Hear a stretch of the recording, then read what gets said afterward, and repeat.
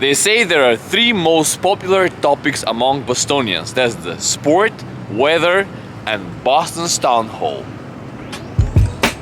With the slight difference that the Boston's town hall is the most controversial among them all. In this episode, we will briefly explore the controversies about this brutalist architecture in Boston, and we will try to show how controversies can be used as a great tool for urban exploration instead of as a fertile ground for fights and arguments. Well, without further ado, let's start stripping some architecture with controversial arguments. The moment you see this building, different questions start incrementally to pop in your head. Do you like it? Is it ugly? Is it modern? And so on. Well, if you start digging more information about it, you can't even imagine how deep the rabbit hole of controversies can go, and you can easily get trapped in some sort of an internal argument, such as: this building actually was built by demolishing Boston's old architecture. This is how Boston used to look like. Yes, but back then the major purpose for building this building was branding the city. You see, now everyone knows that this is in Boston. Furthermore, this building was meant to stimulate governmental investments. It's because Boston in the 60s was experiencing a serious economical depression. Oh, that's pure crap of an argument. Actually, all of these buildings here were built as a result of a raised real estate price. That's right. A classical gentrification story.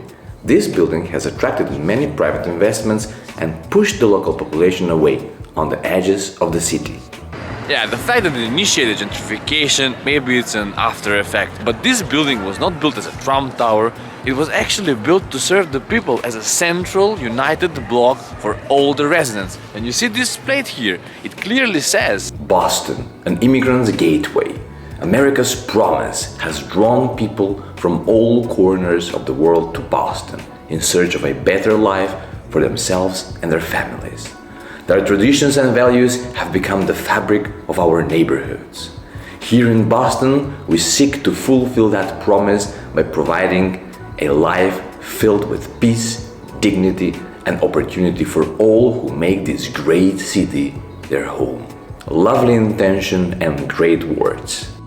Yeah, actually that argument is a pure crap, because this plate is a pure evidence for wash of the guilt, because this building was built by removing thousands of people from their original homes. So don't sell this to me. Well, that may have happened, but the idea was not creation of a profitable business or building that will generate businesses.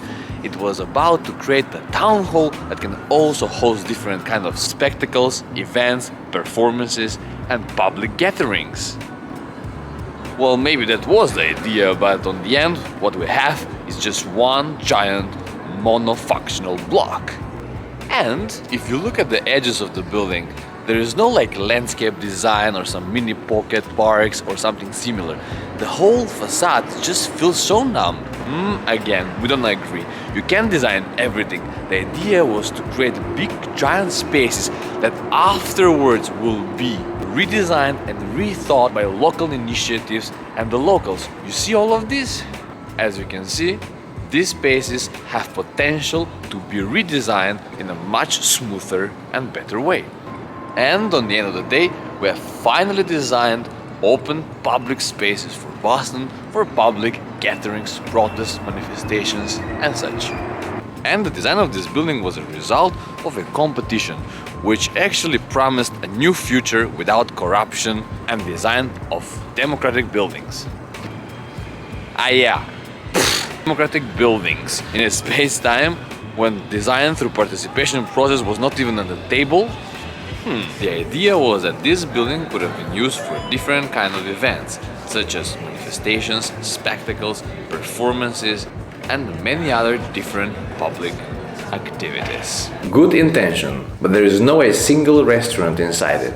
Beside that, you still have to go through a set of gates in order to sit inside this beautiful space. I mean, yeah, security, we get it, but control points doesn't have to be on the very entrance of the building.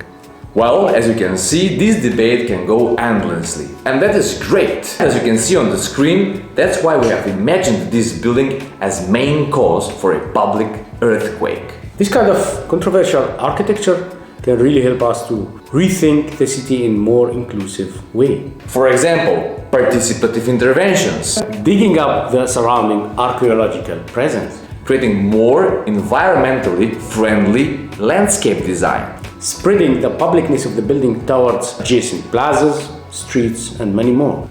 Unfortunately, Boston is more interested in developing luxurious lofts around the Seaport district rather than enhancing the public spaces and, of course, buildings. Thank you very much for watching, and of course, if you like this video, subscribe and share, comment, and see you with the next episode. Ciao, ciao.